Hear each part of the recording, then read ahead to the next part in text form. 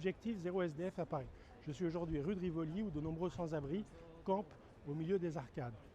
Cet objectif est indispensable, on ne peut pas laisser des familles avec des enfants sans abri en plein hiver à Paris, au pays des droits de l'homme et des citoyens. C'est contraire à nos valeurs humanistes et nous pouvons et nous devons agir. À Paris, chacun se renvoie la balle pendant la campagne électorale entre la ville et l'État. Mais chacun a sa part de responsabilité et doivent assumer chacun leurs compétences. L'hébergement d'urgence qui accueille les sans-abri est une compétence de l'État qui a augmenté considérablement son budget ces 10 dernières années, mais les villes sont un maillon essentiel pour agir et éradiquer le sans-abrisme.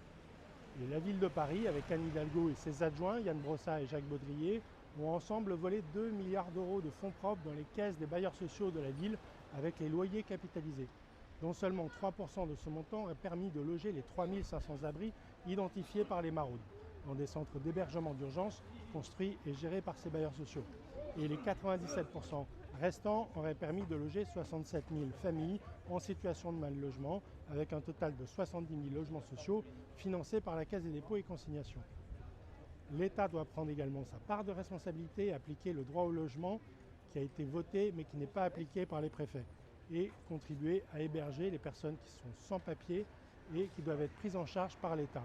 Mais ensemble, avec la ville, avec la préfecture, nous pouvons parvenir à cet objectif.